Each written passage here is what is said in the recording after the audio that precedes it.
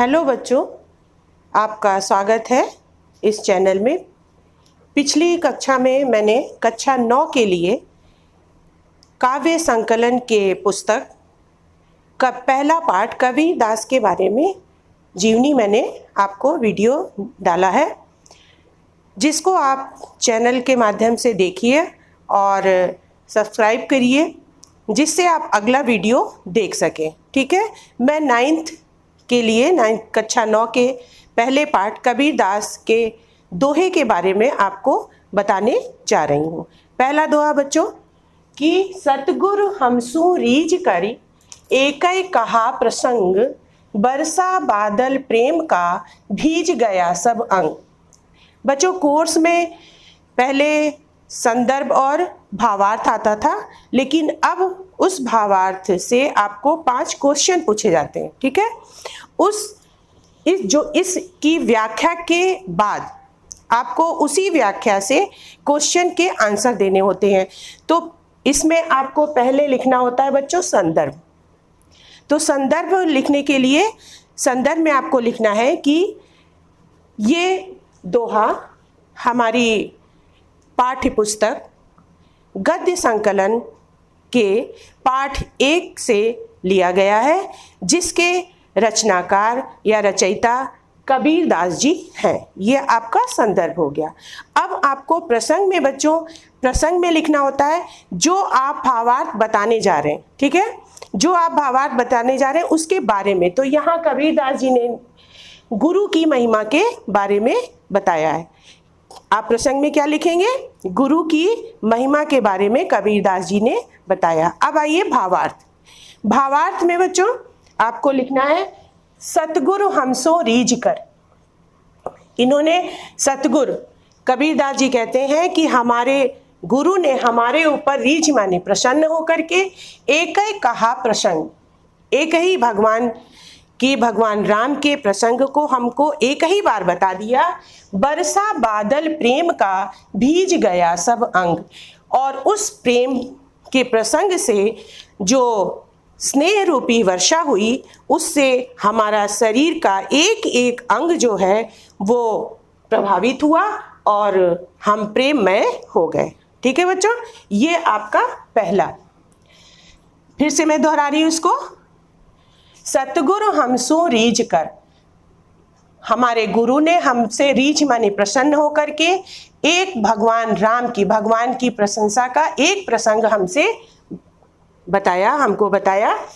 बरसा बादल प्रेम का, उस राम नाम के प्रसंग से जो स्नेह रूपी बादल से वर्षा हुई, उससे हमारा भीज गया सब अंग, हमारा एक एक अंग जो है वो प्रेममय हो गया। ठीक है, अब इससे आपको ये ध्यान देना है कि इस जो भावार्थ हमने बताया उससे आपको 5 क्वेश्चन पूछे जाएंगे।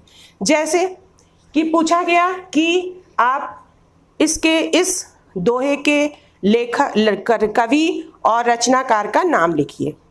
तो आपको जो मैंने भावार्थ बताया, संदर्भ बताया, प्रसंग बताया, उसी में से आपको 5 क्वेश्चन के आंसर देने होंगे। ठीक है, दूसरा देखिए, राम नाम के पट तरे दैवै को कछु नाही, क्याले गुरु संतोष ये हौस रही मन माई। यहाँ भी प्रसंग में संदर्भ बच्चों वही रहेगा और प्रसंग में आपको राम नाम की प्रशंसा का वर्णन कबीरदास जी ने किया है, ये प्रसंग में आपको लिखना होगा। और भावार्थ देखिए, राम नाम के पट तरे, राम नाम के बदले में जो हमें राम नाम का गुरु मंत्र हमें गुरु ने दिया, राम नाम का, ईश्वर का, भक्ति का, दैवे को कछु ना, उसके बदले में मेरे पास उस गुरु को देने के लिए कुछ भी नहीं है। क्योंकि गुरु जो आपको इस समय जो आपको ज्ञान देता है उसको आप दक्षिणा देते हैं। पहले ज़माने में भी बच्चों ये परंपरा थी कि जो गुरु अगर आपको कुछ शिक्षा देता है तो उसके बदले उसे आपको दक्षिणा देनी पड़ती है। लेकिन यहाँ पर कबीरदास जी कह रहे हैं कि राम नाम की जो हमारे गुरु मंत्र हमें दिया गया, दैवे को कछु नाही, उसके बदले में मुझे देने के लिए मेरे पास कुछ भी नहीं। क्याले गुरु संतोष ये, और मेरे मन में ये लालसा अभिलाषा बनी ही रह गई कि मैं अपने गुरु को क्या देके संतुष्ट करूं। हौस रही मन माय, हौस माने बच्चों अभिलाषा, मेरे मन में ये अभिलाषा बनी ही रह गई कि मैं अपने गुरु को क्या देकर संतुष्ट करूं। ज्ञान प्रकाशया गुरु मिले, आप तीसरा देखिएगा बच्चों, ज्ञान प्रकाशया गुरु मिला सोजी में बीसर जाई, जब गोविंद कृपा करी तब गुरु मिलिया आई। यहाँ भी संदर्भ वही रहेगा। प्रसंग में आपको यहाँ लिखना होगा कि गुरु की महिमा के बारे में कबीरदास जी ने आपको गुरु की प्रशंसा की है। ज्ञान प्रकाशया गुरु मिला, जब मेरे अंदर ज्ञान का प्रकाश हुआ तभी मुझे गुरु प्राप्त हुआ, अच्छा गुरु प्राप्त हुआ, जिसके द्वारा हम ज्ञान भगवान की भक्ति की भावना को अपने हृदय में प्रकाशित कर सके। सोजी में बीसर जाई, उस गुरु को कभी भूलना नहीं चाहिए। जब गोविंद कृपा करी, और बच्चों जब भगवान ने कृपा करी थी तभी मुझे गुरु प्राप्त हुआ। अच्छा गुरु तभी मिलता है, कोई भी अच्छी चीज तभी होती है जब भगवान की कृपा होती है, और जब भगवान की कृपा होती है तभी आपको गुरु अच्छा मिलता है। तो जब भगवान ने आपके ऊपर कृपा करी तभी आपको गुरु अच्छे मिले।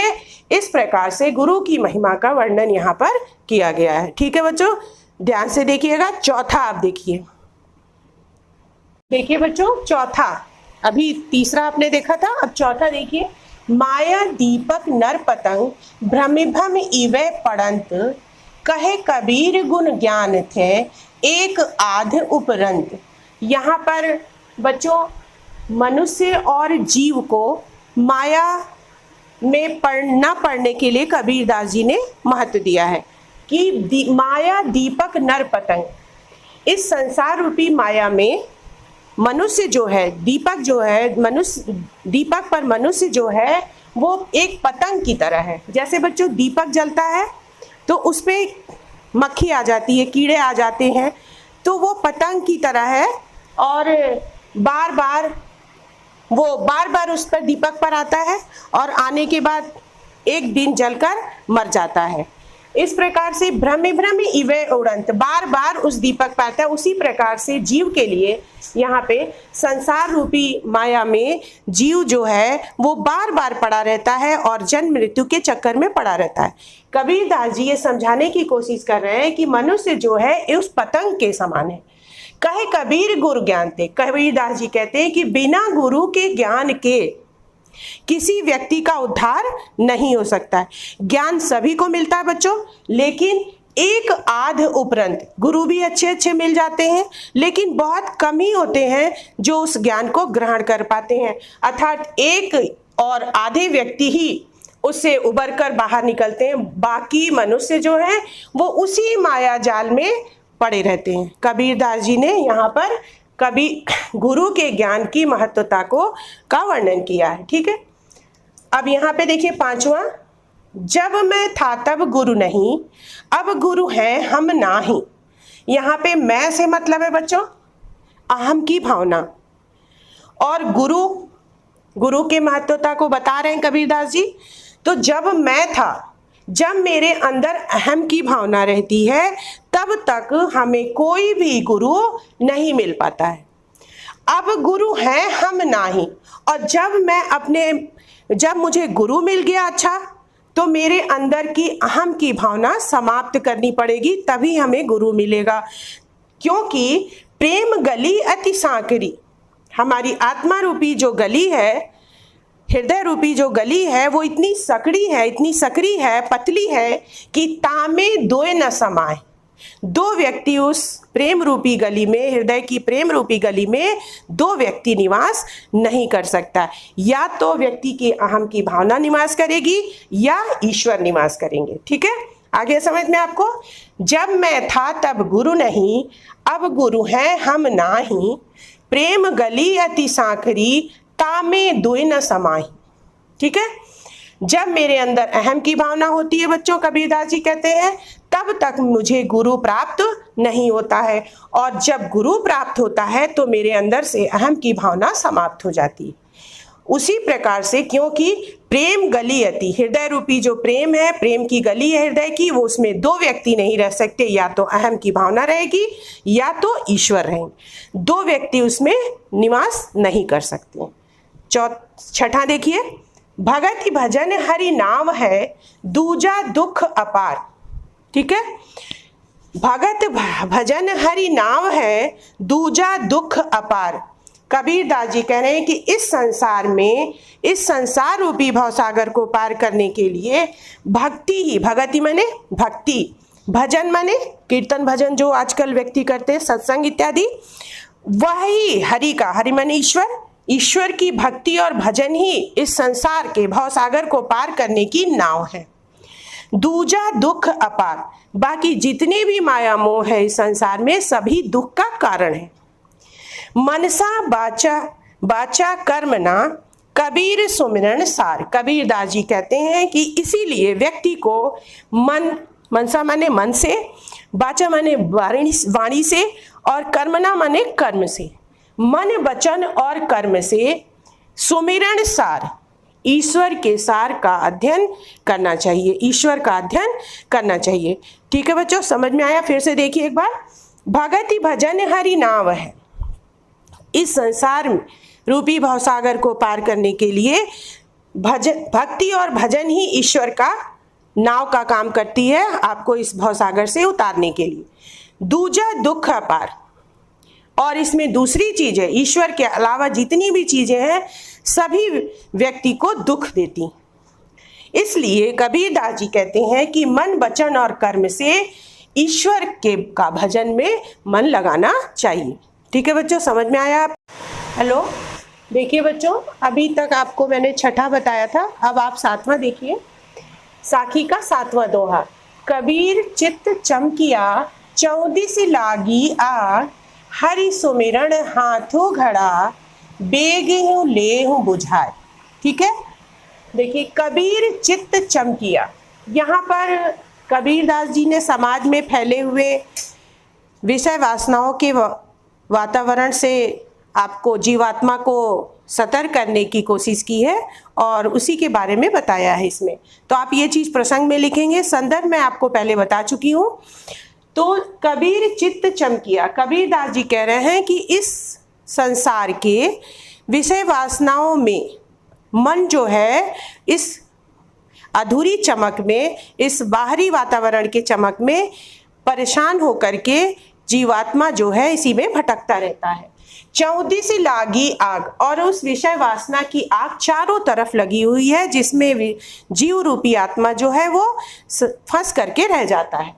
हरि सुमिरन हाथों घड़ा, कबीरदास जी कह रहे हैं कि हे जीव, तुम्हारे हाथ में भगवान रूपी स्मरण करके, भगवान का स्मरण करके भक्ति रूपी घड़ा तुम्हारे हाथ में है, और जिसमें हरि ईश्वर का अमृत भरा हुआ है, बेगहूँ ले बुझाए, और उस अमृत से, उस घड़े में भरे हुए अमृत से, जो भक्ति रूपी घड़ा तुम्हारे पास है, उससे तुम उस विषय वासनाओं रूपी चमक को समाप्त कर सकते हो। ठीक है, फिर से देखिएगा, कबीरदास जी कहते हैं कि इस संसार की विषय वासना रूपी चमक में चमक की चारों तरफ से आग लगी हुई है।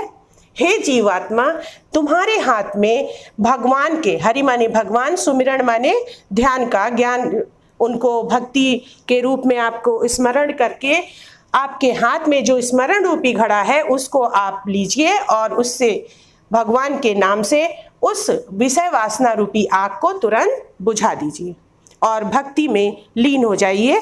कबीरदास जी ने ये आप बताया है। 8वां देखिए, अंगसड़ियाँ छाई पड़ी, पंथ निहार निहार। कबीरदास जी कह रहे हैं, जीव को संबोधित करते हुए कहा है कि हे जीवात्मा, हे जीव, मेरे आँखों में भगवान के पंथ माने रास्ता, निहार निहार माने देखते देखते मेरे आँखों में छाई पड़ गई है।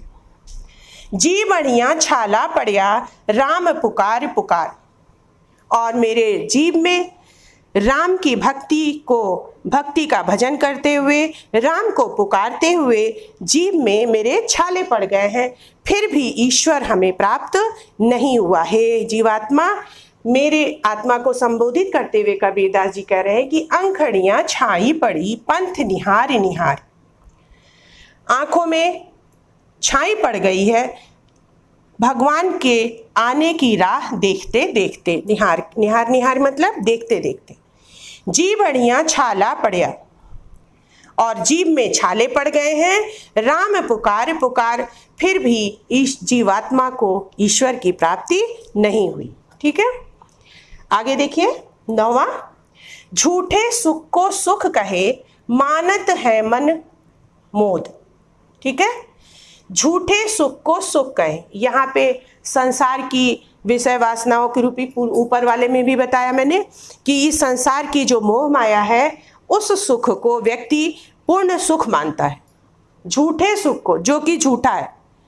आपको पता होगा बच्चों कि संसार की जितनी भी चीजें हैं, जब मृत्यु होती है तो व्यक्ति जो है सब कुछ यहीं छोड़कर चला जाता है। पहले कहा भी गया है कि इस संसार में मनुष्य हाथ मुट्ठी बांध कर आता है और हाथ पसार कर मृत्यु के बाद चला जाता है।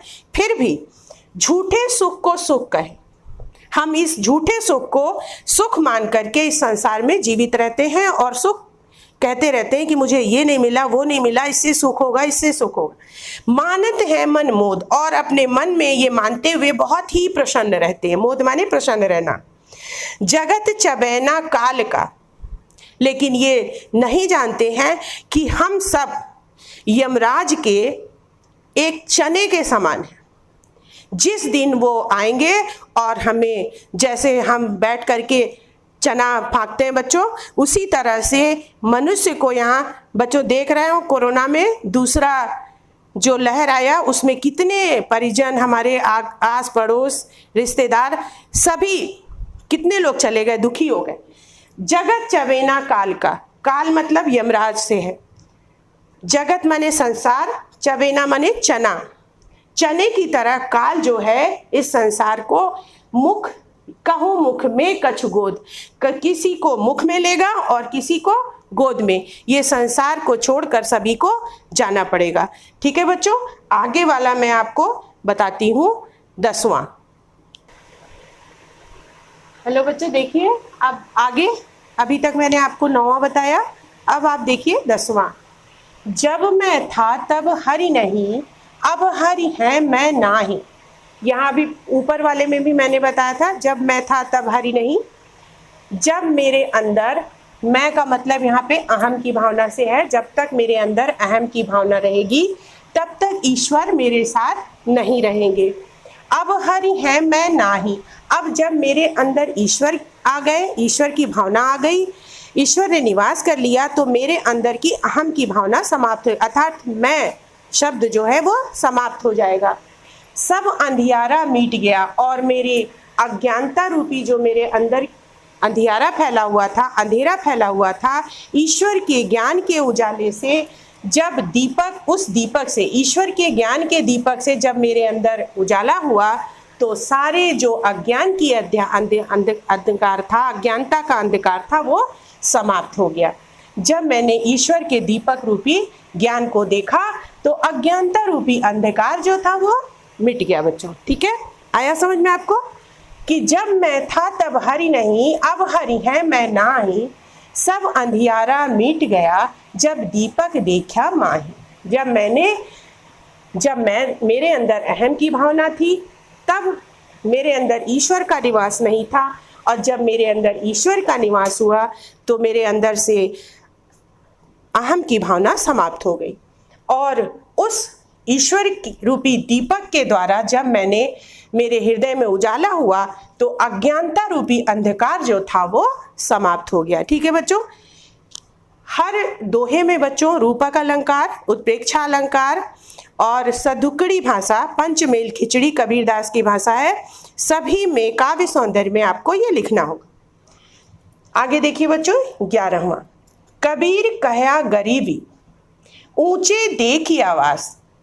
कबीरदास जी ने इस संसार रूपी जीव को, मनुष्य को ये ज्ञान देते हुए बताया है कि कबीर कहया गरीबी। कबीरदास जी कहते हैं कि गर्व मत करो। गरीबियों मतलब गर्व करना। ऊंचे देखी आवास, अपने ऊंचे ऊंचे महलों को देख करके गर्व मत करिए। काली परियो भूल लौटिया, कहीं ऐसा ना हो कि कल इसी महल के टूट जाने पर, गिर जाने पर ऊपर ही जामे घास, उस पर घास जम जाएगा। अर्थात कबीरदास जी का कहना है कि हे जीव, हे संसार में रहने वाले मनुष्य, तुम अपने ऊंचे ऊंचे महलों को देख करके गर्व मत हो, क्योंकि कल क्या होगा कोई नहीं जानता।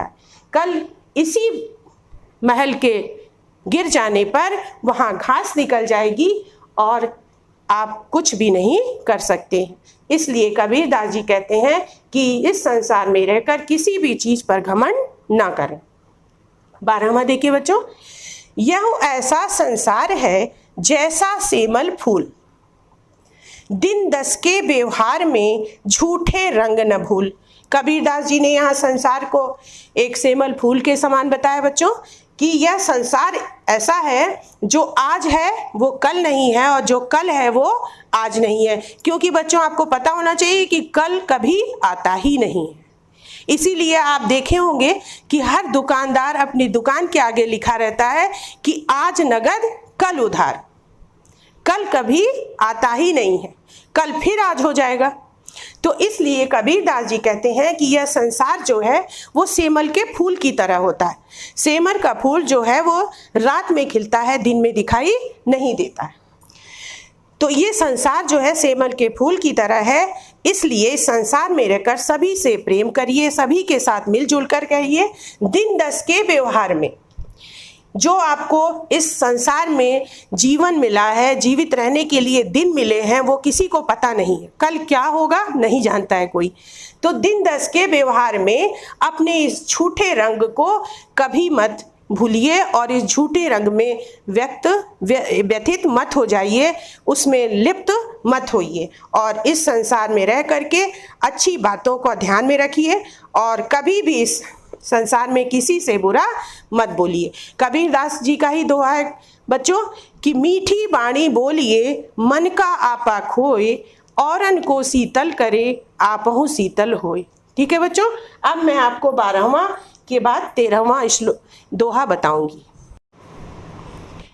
देखिए बच्चों, अब मैं आपको 13वां साखी का 13वां दोहा बताने जा रही हूँ। यही अवसर चेत्या नहीं पशु जो पाली देह।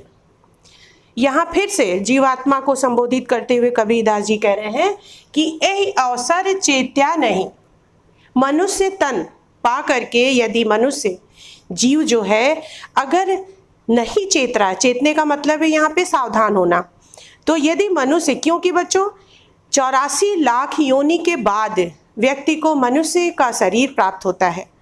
तो कबीरदास जी कह रहे हैं कि इस योनि को प्राप्त करके, मनुष्य तन प्राप्त करके यदि जीव सावधान नहीं होता है तो पशु जो पाली देह है और पशु के समान इस संसार में रहता है, किसी पर परोपकार नहीं करता है, किसी पर दया नहीं करता है, किसी के साथ अच्छा व्यवहार नहीं करता है, तो उसका शरीर जो है वो पशु के समान ही कहलाता है बच्चों।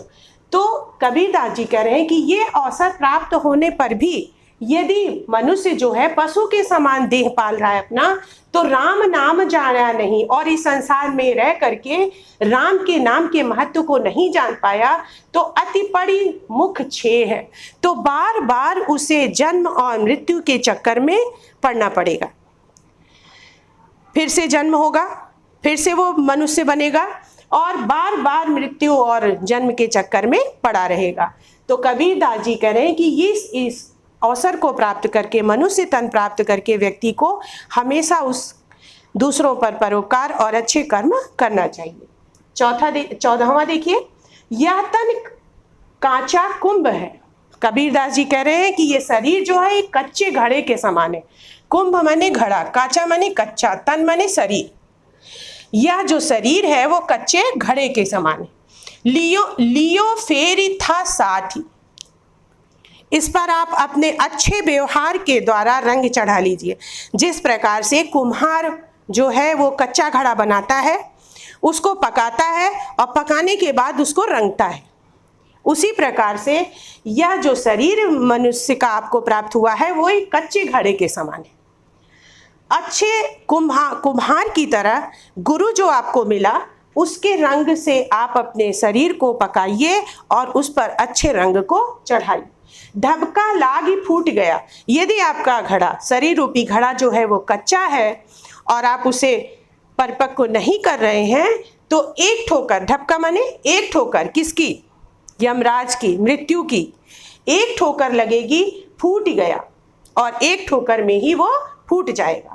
कहूँ न आया हाथी और कछु न आया हाथ, कुछ भी आपके हाथ नहीं लगेगा। क्योंकि बच्चों, मृत्यु के बाद दो ही शब्द व्यक्ति के साथ जाते हैं। आपने सुना होगा किसी बदमाश के मृत्यु के बाद लोग बड़े खुश हो जाते हैं और कहते हैं अच्छा हुआ वो मर गया। लेकिन अगर अच्छा व्यक्ति परोपकारी है, दया करने वाला है और अच्छा व्यक्ति है, तो लोग कहेंगे अरे बेचारा क्यों मर गया। दो ही शब्द संसार में व्यक्ति को मिलता है। तो कबीरदास जी कह रहे हैं कि आप क्या करिए, इस कच्चे घड़े रूपी शरीर में भगवान का साथ लेकर के अच्छा बनाइए, वरना एक ही ठोकर में आपके सारे कुछ सब नष्ट हो जाएंगे, आपके हाथ में कुछ नहीं आएगा। आगे देखिए बच्चों, 15वां। कबीर कहाँ गरीबियो देख देख सुरंग। कबीरदास जी कहते हैं कभी अपने शरीर की सुंदरता को देख करके, अपने रंग को देख करके गर्व मत करो। बिछड़िया मिलियो नहीं ज्यों काचली भुजंग। क्योंकि इस शरीर से, चाहे जो भी हो, इस शरीर से आपकी आत्मा निकल गई तो आप इस शरीर में उसी प्रकार से नहीं मिल पाएंगे जैसे सांप के शरीर से अगर केचुल अलग हो जाए तो वो कभी दोबारा सांप पर नहीं चढ़ता है। ठीक है बच्चों, आपको समझ में आ रहा है? फिर से देखिए, कबीर कहाँ गरीबी। और कबीरदास जी कहते हैं गरीबों से गर्व मत करिए, देख ही सुरंग। अपनी सुंदरता या अपने शरीर के चीज को देख करके गर्व ना करें। बिछड़िया मिलियो नहीं, क्योंकि ये शरीर अगर आपसे अलग हो गया, आत्मा अलग हो गई, तो उसी प्रकार से फिर से आप इससे मुलाकात नहीं कर सकते हैं, मिल नहीं सकते हैं। जैसे किसी सांप, भुजंग माने सांप, सांप के कांचली मतलब केचुल छोड़ देता है तो वो दोबारा सांप पर नहीं चढ़ाया जा सकता है। ठीक है बच्चों, जो बच्चों ये कबीरदास की साखी के 15 दोहे जो आपके 9th के कोर्स में हैं वो मैंने आपको पूरा बताया। ठीक है, आपको जो भी कमेंट करना हो, जो भी आपको पूछना हो, आप पूछ सकते हैं। और बच्चों, हिंदी ज्ञान के इस चैनल को आप लाइक कीजिए, सब्सक्राइब कीजिए, और ताकि आप आगे वीडियो हमारा देख सकें। धन्यवाद।